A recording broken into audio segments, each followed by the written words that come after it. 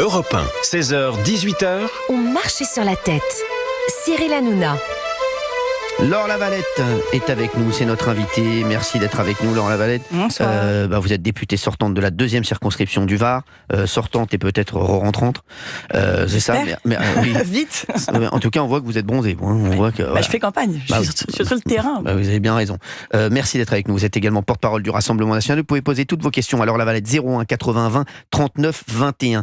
Vous avez vu ce qu'a dit le président Macron, on serait au bord de la guerre civile. Le programme des extrêmes mèneront à la guerre civile. Il vise directement le Rassemblement National. Qu'est-ce que vous lui répondez ? Je lui réponds que c'est déjà irresponsable, je pense, quand un président de la République parle comme ça. Enfin, néanmoins, ça fait 7 ans qu'on le subit, 7 ans qu'il n'a cessé de fracturer la France, que le chaos qu'il a mis autant dans la rue que dans nos comptes budgétaires ne lui laisse évidemment pas la moindre marge de manœuvre pour parler comme ça du Rassemblement National. Je pense qu'il y a une espèce de fébrilité, on le voit bien, c'est quand même la semaine de la mauvaise foi, c'est la semaine des fake news et ils essayent de faire peur. Je pense que c'est très déconnecté de ce que vivent les Français. Encore une fois, sur le terrain, j'ai eu beaucoup de collègues aujourd'hui, on a un accueil qui est formidable, un accueil qui est sans commune mesure, même avec l'accueil de 2022 qui était déjà extraordinaire. Je pense que ces gens-là sont pas prêts pour dimanche soir. Ouais. Alors, selon lui, la réponse du Rassemblement National en matière d'insécurité, elle renvoie les gens à une religion, à une origine. C'est en ça qu'elle divise et qu'elle pousse à la guerre civile. Mais je vous dis, je pense que pendant une semaine, ils vont raconter n'importe quoi. Nous, en matière de sécurité, on veut de la fermeté, on veut pas du laxisme qui a été le sien.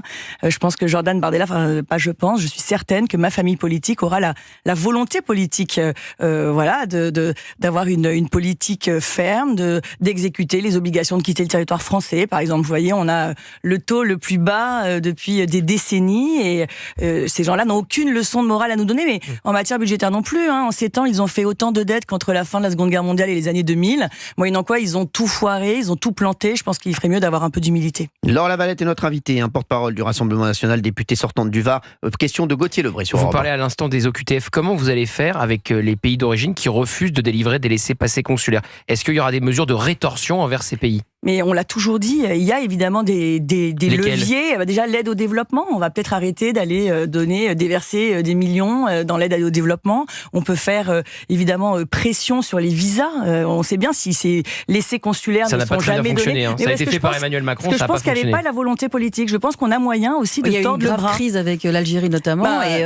Pas qu'avec l'Algérie.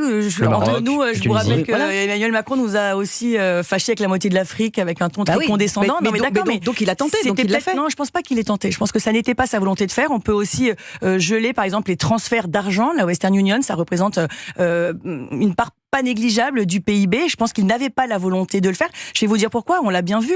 Pour eux, l'immigration de peuplement est un programme. Pour nous, c'est un problème. Pour eux, c'est un projet.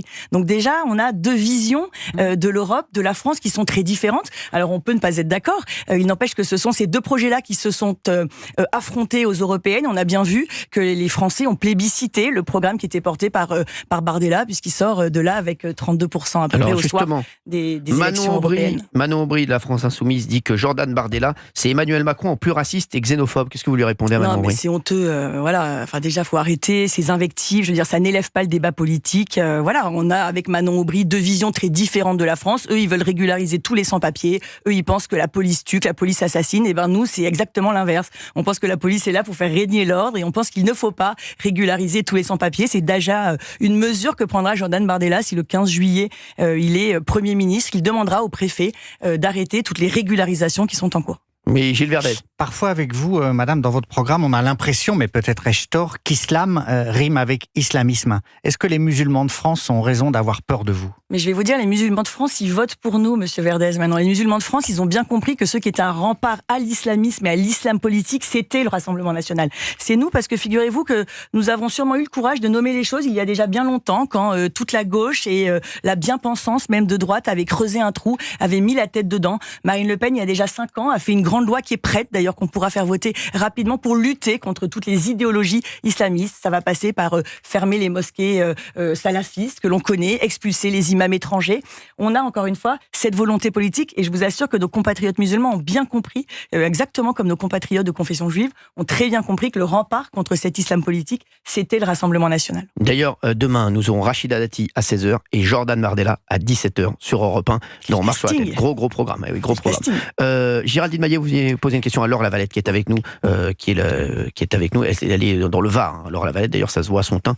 Voilà, ça se voit. Oui. Oui, Madame Lavalette. Pendant la campagne, évidemment, pendant les campagnes, c'est un peu le bluff, c'est un peu l'esbrouf. On fait plein de promesses. Et puis là, le programme économique du Rassemblement national semble en stand-by, pour ne pas dire fondre un petit peu comme neige au soleil. Concrètement, qu'est-ce qui va se passer économiquement, en fait ? Je peux vous dire qu'on est très très loin de l'esbrouf et ça depuis bien longtemps. Ça fait 6 mois que tous les mardis, quand on a notre réunion de groupe, on nous demande de ne pas faire des propositions de loi qui coûtent de l'argent parce qu'on sait justement l'état de nos finances publiques. On sait à quel point ces gens ont laissé un chaos budgétaire absolument total. On parlait de la dette, on a la balance extérieure du commerce qui est pareil déficitaire, avec des déficits qu'on n'a jamais connus. Donc on a beaucoup d'humilité parce qu'effectivement on est très en tête dans les sondages. Moi, je suis persuadée qu'on va arriver à avoir cette majorité absolue. Néanmoins, voilà, il va falloir faire un état des lieux. Il va falloir voir comment on fait. Et il n'y a pas de renoncement, il n'y a pas de reculade. Il y a justement un principe de réalité. Non, alors un principe de réalité, il y a du pragmatisme, évidemment, sur ce qu'on va pouvoir faire. Mais il y a 2 temps, je pense que Jordan Bardella l'a dit, il y a le temps de l'urgence et le temps des réformes. Le temps de l'urgence, ça va à partir du 15 juillet à peu près jusqu'à l'automne et le temps des réformes à partir du mois d'octobre. Mais on a aussi besoin d'avoir cet audit, c'est pour savoir exactement, service de l'État par service de l'État, voilà, où va l'argent. Mais les Français ne comprennent pas, ils payent de plus en plus d'impôts, il y a de moins en moins de services publics, il faut savoir où va l'argent. Éric Nolot. Oui, vous reprochez à Emmanuel Macron de fracturer la société, vous avez raison, mais vous-même, pourquoi vouloir fracturer la France entre nationaux et binationaux, puisqu'il y a certains emplois qui seraient réservés aux nationaux. Si c'est pas une fracture, je m'y connais pas. Ouais, mais en fait c'est une fracture. C'est une fracture complètement mise à l'index. On parle de entre 5 et 10 personnes. En fait, l'idée, c'était de dire qu'effectivement ne pourrait pas, par exemple, être patron de la DGSE un franco-chinois ou un franco-russe. Mais ça, un enfant de 10 ans, Monsieur Nolot arrive à le comprendre. Et en fait, ça va concerner une dizaine de personnes. Je pense que là, dans la dernière semaine, une dizaine de personnes ou dizaine de postes. Non, oui, une dizaine de postes. Enfin, voilà. Mais pourquoi en avoir parlé ? Et puis 2, vous imaginez bien qu'aujourd'hui, avant même que vous soyez vous éventuellement au pouvoir, à la DGSI ou autre, il y a des enquêtes qui sont faites en long, en large et en travers. Et c'était une mesure de précaution, voilà. Mais ça a été monté en épingle. En fait, ça n'intéresse personne. Vous je peux vous dire. C'était parce que ça va tirer. Non, c'est une mesure. Et au moment où il l'a dit, c'était sûrement peut-être une mesure de précaution, mais encore une fois, ça concerne très peu de gens. Et puis je vous assure, c'est vraiment loin des préoccupations des Français qui se demandent plutôt comment se nourrir. Parce que si on l'avait pas mis, on nous aurait reproché de pas avoir un programme complet, Monsieur Nolot. Il faudrait savoir si c'est basique, c'est pas assez, et s'il y en a trop, c'est qu'il y en a trop. S'il vous plaît. En parlant justement du programme de Jordan Bardella, parmi les mesures sécurité, Jordan Bardella a annoncé l'instauration de peines minimales et peines planchées pour casser la récidive, la suppression des allocations familiales aux parents d'enfants délinquants. Vous êtes plutôt en accord avec ces 2 mesures ? Non, mais bien sûr. Et puis en fait, il y a des endroits où ça fonctionne. Quand vous prenez le Pays-Bas, il y a des peines très courtes d'incarcération. Premier délit, vous prenez 15 jours. Si vous récidivez, vous prenez 6 mois. Si vous récidivez encore, vous prenez 2 ans. Mais on s'est aperçu que ça fonctionnait. Donc moi, je suis aussi là pour me dire, tiens, ce qui marche chez les autres, peut-être qu'on pouvait le dupliquer, mais que ça pourrait marcher chez nous. Mais non, mais le gouvernement, ils avaient commencé déjà ça. Non, il a dit, mais le gouvernement Attal n'a encore une fois, manquer de volonté politique. Rien de ce qui a été dit a été fait. Sinon, on n'en serait pas à 1000 agressions par jour, 120 attaques au couteau, une agression gratuite toutes les 44 secondes. Moi qui ai des enfants qui sont, voilà, comme les vôtres sûrement, qui sortent, je veux dire, le gouvernement Attal n'a pas fait... Les enfants de Valérie Benaïm ont 41 ans. Non, ils sont autant en insécurité avant qu'après le gouvernement Attal. Et en fait, c'est ça qu'on veut changer. C'est pour ça qu'il nous faut une majorité aussi absolue. C'est qu'il faut, pour changer véritablement le quotidien des Français, il faut que nous ayons les mains libres. Gauthier Lebray. Une nouvelle question à Laure Lavalette ? Oui. Sur la réforme des retraites, très précisément. Je crois qu'il demandait la permission. Il devient fou. Il demandait la permission. J'adore. Non, parce que vous n'avez pas répondu. Si, vous n'avez pas répondu précisément à Géraldine Maillet sur la réforme des retraites. On a compris très bien 40 ans pour ceux qui ont commencé avant 20 ans. Est-ce que vous allez bien revenir sur les 62 ans ? Est-ce que les Français vont partir à 62 ans si Jordan Bardella arrive à Matignon. C'est pas très clair. Excusez-moi de vous dire qu'on a tous l'impression que vous venez de découvrir le programme. J'ai porté le texte des retraites. J'ai été sur vos plateaux tout le temps et on l'a dit. Entre 17 et 20 ans, vous partez à 60 ans avec 40 annuités pleines. Et après, c'est jusqu'à 62 ans, c'est progressif. Et ça reste qu'un âge. Ça reste vous avez bien abrogé les 64 ans. Vous avez bien abrogé les 64 ans. Légal. Et on peut continuer à travailler après. Mais là, on a l'impression que d'un coup, il a dit, monsieur Ciotti, non, il n'a pas dit les 62 ans. Est-ce que je peux terminer ma phrase, monsieur? Bien sûr, madame la députée. Il a dit, monsieur Ciotti, qu'on s'était déjà mis d'accord sur les carrières longues. C'était déjà, voilà. Et encore une fois, et sur ce qui était urgent. Et je pense que monsieur Ciotti a bien compris l'urgence de la situation, la chance historique que la France avait de renverser la table et avec une rupture raisonnable pour évidemment mettre fin à ce chaos budgétaire, sécuritaire et migratoire. C'est évidemment, donc, je vous parle de chaos budgétaire, sécuritaire et migratoire. Oui, mais vous ne répondez pas à ma question. Parce que je vous dis qu'il y a le temps de l'urgence et le temps des réformes. Mais on aura le temps après d'en parler. Est-ce qu'on va travailler jusqu'à 62 ans? Notre programme reste inchangé, monsieur Lebré, sur les 62 ans avec 42 annuités. Exactement. C'est progressif. La participation à ces élections s'annonce très forte. En effet, plus de 700 000 procurations ont déjà été déposées. J'avais entendu 1 million. 1 million, ouais. 1 million. Je crois que monsieur Hanouna n'est pas à jour. Je répète, monsieur Hanouna n'est pas à jour. 1 million, à mon avis. Je vous jure, on a tapé 1 million. Un million. Ils l'ont fait à la tunisienne, moi, je vous le dis, à mon avis. Je prenais plutôt mes chiffres, on va voir. Non, je vous jure qu'on est au million. Je vous le dis, vous, au million, vous dormez jamais, arrêtez un peu. Quand vous pouvez sortir un chiffre correct, Gauthier Lebré, arrêtez. Bon, de toute façon, que ce soit 700 000 ou 1 million, est-ce que vous pensez que ça va être à votre avantage, toutes ces procurations? Alors, c'est vrai que de ce que moi je vois sur le terrain, oui, j'ai l'impression que les gens ont très envie de voter, que rien ne pourra les empêcher d'aller voter. Le 7 juillet, il y a déjà des gens qui ont pensé partir en vacances. Donc, je pense qu'il y a 1,3 million. Moi, je fais l'affiche. Alors, oui, donc, oui. Je pense que c'est important que les Français ont vraiment envie de voter, ont vraiment envie d'avoir ce changement, et on a de la chance. Voilà, je pense qu'ils ont vu en Jordan Bardella la personnalité aussi qui, justement, très loin de la fracture, allait aimer ce peuple. Et je pense que ça fait très longtemps que le peuple français n'a pas été aimé, qu'il a été bousculé, qu'il a été fracturé. Souvenez-vous quand même ce qu'on a vécu pendant 7 ans. On a eu les infirmières contre les CRS, les policiers contre les CRS, les vaccinés contre les non-vaccinés. Enfin, on sort de là un peu rincé. Je pense que Jordan Bardella il y a une très jolie citation de Frédéric Mistral qui dit: il ne s'agit pas simplement de faire une majorité, il faut refaire un peuple. Et je pense qu'effectivement, et Marine Le Pen et Jordan Bardella ont cette capacité, voilà, de fédérer, de refaire un peuple. Et je pense que cette occasion est inespérée et les Français l'ont bien compris. Sur l'éducation, refaire de l'école un asile inviolable. Dès la rentrée de septembre, interdiction des téléphones portables dans les établissements scolaires, vouvoiement des enseignants obligatoires, poursuite de l'expérimentation du port de l'uniforme, favorable en primaire et notre collège. Mesure en plus. Fin du collège unifié, instauration d'un collège modulaire qui valorise les voies techniques et manuelles. Il y a beaucoup de gens qui parlent de votre programme sur l'éducation. C'est une de vos forces pour vous ? Pas que, mais c'est aussi du bon sens. Enfin, moi, j'ai 5 enfants. Franchement, je serais ravie qu'à l'école, ils aient pas le téléphone portable quand on voit la difficulté. J'ai 5 enfants scolarisés, il y en a pas un à qui on demande de pas avoir le téléphone portable. Normalement, oui, jusqu'en 6e. Pas au lycée.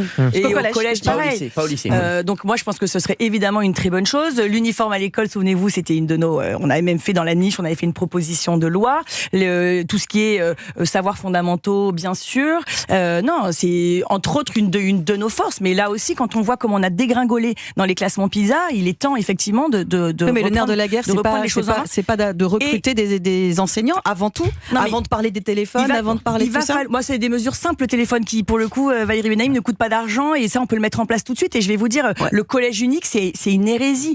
Tous les enfants ne sont pas faits. Je veux dire, moi, j'ai 5 enfants, j'en ai qui sont en pro, j'en ai qui font une grande école d'ingé. Et quand on les voit, c'est pas facile de dire que mon enfant est en pro. Vous voulez que je vous dise? Parce que c'est tellement dévalorisé, on a tellement l'impression que c'est une voie de garage, que ça n'est pas simple. Alors qu'en fait, ça devrait être tellement valorisé. On a besoin de ça. En Suisse, et j'en termine, Cyril Hanouna, mais en Suisse, il y a un enfant sur 2 pratiquement qui fait du pro. On n'a pas du tout le même PIB. Il y en a 1 sur 3 en Allemagne. Et nous, on a l'impression que nos enfants sont en voie de garage. C'est pas normal. Il faut revaloriser ces filières-là. Là encore, ça reste quand même du bon sens. Vous voulez aussi... Gauthier Lebré, une question pour Laure Lavalette. J'y vais, je suis prêt. C'est parti. Vous voulez sortir les élèves perturbateurs des écoles et du parcours classique. Vous les mettez où? Dans des centres spécialisés, non pas avec des professeurs, mais avec des éducateurs? Il y aura aussi des professeurs, probablement. Ça, on est en train de décliner de façon... mais oui, vous savez, on va pas faire en 48 heures, monsieur Lebré, ce que nous allons faire en 5 ans. Vous allez peut-être arriver au pouvoir dans 2 semaines. Voire en 10 ans. Mais effectivement, il faut que les élèves perturbateurs s'en aillent pour laisser place à ceux qui ont envie de travailler. Et Dieu sait s'il y en a des élèves perturbateurs. Et puis, en fait, ça a un côté dissuasif aussi. Quand il y en a plusieurs qui seront partis, il y a un moment où les parents vont peut-être dire ça serait bien que tu te tiennes tranquille, parce qu'on n'a pas envie non plus que tu partes. Il y a ce côté-là aussi dissuasif, je pense, dans la volonté et dans la fermeté. Grégory est avec nous sur Europe 1. Bonjour Grégory. Oui, bonjour Cyril. Merci d'être avec nous, Grégory. Vous habitez où, Grégory? Paris. Ah, j'ai sévi. J'ai sévi sur la ça, c'est sûr. J'ai sévi sur la Qui a fait l'affiche, ça c'est un problème. J'ai sévi sur la capitale, Grégory. Vous faites quoi dans la vie? Moi, je suis horticulteur. Horticulteur, j'adore. Ouais. Quel beau métier. Ouais. Non, mais c'est vrai, j'adore. Ah oui, très beau. C'est un très beau métier. Bravo, Grégory. Grégory, sympa, ouais. alors, vous vouliez parler à Laure Lavalette et parler à nos auditeurs d'Europe 1. Dites-nous tout. Alors déjà, je voudrais très rapidement revenir sur Arthur Delaporte qui dit n'importe quoi. C'est vraiment un scandale de Le député socialiste qu'on a eu tout à l'heure. Hein. Oui. Tout à fait. Le Rassemblement national n'est pas du tout un parti raciste, vraiment pas du tout. Et moi, ce que je trouve ça très dangereux, c'est plutôt LFI, quand j'entends Jean-Luc Mélenchon qui veut désarmer les policiers, c'est-à-dire un exemple, je le souhaite à personne, quelqu'un se fait agresser, il y a des policiers à côté, les policiers ne peuvent rien faire puisqu'ils vont être désarmés. C'est ça qui est très dangereux. Alors j'ai parlé à des policiers encore hier, Grégory, ils sont très inquiets. Sachez-le, si le Front Populaire arrive, ils sont très inquiets, ils nous disent, nous on arrête tout, quoi. Je sais pas ce qu'on va faire. Ils me disent, voilà, j'ai vu des mecs de la BAC hier, des potes qui m'ont dit, c'est compliqué, ils sont tétanisés par ce qui va se passer le 30 juin et le 7 juillet. Ah bah je les comprends. Maintenant, alors que le Rassemblement national, c'est tout le contraire. C'est plutôt de remettre la sécurité. Et LFI, par contre, c'est très dangereux. Hein. Donc désarmer les policiers, non, je trouve que c'est inadmissible. Grégory, je vais rebondir sur ce que vous dites, Grégory, auditeur d'Europe 1. Laure Lavalette, vous avez entendu tout à l'heure Arthur Delaporte qui dit que le Rassemblement national est un parti raciste et xénophobe. Qu'est-ce que vous lui répondez? Parce que c'est c'est l'objet aussi de toutes les pétitions qui sont demandées et qui sont signées. Qu'est-ce que vous répondez à ça? Parce que c'est vraiment. Donc c'est assez faible comme argument, c'est que venez nous chercher sur notre programme, on n'est encore une fois pas d'accord. Qui peut imaginer 2 secondes que les 13 millions de gens qui votent pour Marine Le Pen soient des racistes et des xénophobes? Enfin, ça ne marche plus. Enfin, je veux dire, même Monsieur Verdès, ça revient toujours. Mais parce que ça a fonctionné pendant un petit moment, jusqu'à il y a pas très longtemps. Mais la sphère médiatico, artistique, sportive et tout ça, ils sont tous contre vous en fait. Parce que vous avez une histoire aussi. Même Nagui, il a dit, vous prenez pas, n'oubliez pas les paroles. Il a tort, parce que je chante très bien. Je vous dis, même Nagui, il a dit, il veut pas. En fait, ça fait de la peine aux gens. Vous voyez, ça, pour le coup, les gens sur les marchés me le disent, m'arrêtent en me disant, mais moi, j'en ai marre qu'on me traite d'extrême droite. Moi, j'en ai marre qu'on dise que je suis un raciste. Évidemment que personne ne l'est. Enfin, je veux dire, on peut avoir envie d'aimer la France, avoir des idées de souveraineté, d'identité, et tout en. Je veux dire, c'est un faux procès, mais vous avez raison, ça a marché pendant un petit moment. Et je pense que là où ça ne plus marché du tout, c'est notre élection il a pris l'exemple, à l'Assemblée nationale. Il a pris l'exemple du GUD tout à l'heure, Arthur Delaporte. Qu'est-ce que vous répondez à ça? Le GUD, mon collègue Thomas Ménager a demandé la dissolution du GUD il y a déjà un peu plus d'1 an. Enfin, je veux dire, on est très transparent sur le sujet. On a demandé la dissolution des milices d'extrême droite et d'extrême gauche. Je peux vous dire que Jordan Bardella n'a aucune amitié avec le GUD. Enfin, je veux dire, à un moment, il faut passer à autre chose. Les gens, ils regardent devant, ils ont du mal à remplir leur frigidaire. Ils sont très loin de ces préoccupations-là. En revanche, pourquoi les groupuscules d'extrême gauche ne sont pas dissous? C'est ça que je comprends pas, Gauthier Lebray. Il faudrait dissoudre la jeune garde. Oui, ça. Les soulèvements de la terre. Alors les soulèvements de la terre, il a tenté, le ministre de l'Intérieur. Il a tenté, il s'est pris le Conseil d'État qui a empêché la dissolution du soulèvement de la terre. Après, il y a des conseillers, et ça a posé problème aussi, d'Emmanuel Macron qui ont essayé d'organiser un débat au Salon de l'Agriculture avec les soulèvements de la terre. Il devrait, c'est vrai, annoncer la dissolution du GUD, ce qu'il a fait donc la semaine dernière. Évidemment qu'il y a aussi un agenda politique et médiatique. Ça tombe bien, puisqu'on parle toujours des deux mêmes, Axel Lousteau et Frédéric Chatillon, et de leur lien passé avec Marine Le Pen. Et puis, il devrait annoncer effectivement dissoudre la jeune garde avec Raphaël Arnaud, qui est donc qui est quand même candidat. Qui est candidat investi par la France Insoumise. C'est ça le Front Populaire. C'est entre autres, en plus de Mathilde Panot, Louis Boyard et Madame Obono, c'est aussi Raphaël Arnaud. Non, mais ça pose une vraie question quand même. Moi, je les ai côtoyés pendant 2 ans, ces gens. Ils sont violents. Enfin, je veux dire, Thomas Porte, il jouait au foot avec un ballon à l'effigie de la tête du ministre du Travail. Enfin, je veux dire, et ils étaient députés. C'est hallucinant. Et là, ils n'arrêtaient pas de brandir le drapeau de la Palestine. Pas un n'a été capable de dire que le Hamas était des terroristes. Enfin, c'est hallucinant, quoi. Grégory, est-ce que vous êtes satisfait? Je suis pas inquiète qu'on va gagner, mais... Vous êtes satisfait, Grégory, de la réponse de Laure Lavalette et de... Oui, très satisfait. Merci. Et de rien. Et j'espère que que le 7 juillet, vous aurez la majorité absolue. Il le faut, moi j'espère pour la France. C'est votre souhait, Grégory, c'est votre souhait. On verra bien le 7 juillet et le 30 juin et le 7 juillet d'ailleurs. Parce que le 30 juin, ça va être important aussi. Ça va être de quand même donner une première photographie importante. Je pense que le 30 juin, on aura une idée quand même un peu de le nombre de triangulaires, le nombre de duels, ça va nous donner une idée sur la suite quand même. Exactement. Oui, Gauthier Lebray, vous aviez encore une question. J'aime bien quand vous posez des questions. J'aime bien quand je pose décidément, vous me sollicitez. J'ai bien fait de venir, Gauthier Lebray. Franchement, je regrette pas. Alors moi, j'ai une bonne question. Alors la Valette, enfin une bonne question, pardon. J'ai une question. Je m'emballe. Il a pris un melon. Laure Lavalette, est-ce que c'est vrai que vous serez porte-parole du gouvernement si Jordan Bardella arrive à Matignon? Ça, c'est pas une bonne question, Gauthier Lebret. Je serai évidemment là où Jordan Bardella pense que je serai la plus utile. Et si c'est à l'Assemblée, je serai à l'Assemblée. Et si c'est porte-parole du gouvernement? Je réfléchirai, mais si c'est à l'Assemblée, je serai aussi à l'Assemblée. Et si c'est porte-parole du gouvernement? Si c'est à l'Assemblée, j'irai à l'Assemblée, Cyril Hanouna. J'irai là où, effectivement, Jordan Bardella pense que je serai la plus utile. Est-ce que vous avez dit on n'est pas là pour enfiler des perles, on est là pour changer le quotidien des Français. Donc si Jordan Bardella pense que je suis utile quelque part, mais ça peut aussi être au groupe à l'Assemblée où j'ai beaucoup aimé batailler pendant 2 ans. Vous avez dit donc à Jordan Bardella, j'irai où tu iras. Jordan Bardella sera avec nous d'ailleurs demain à 17h sur Europe 1 et à 16h, il y aura Rachida Dati. Merci Laure Lavalette d'avoir été avec nous sur Europe 1.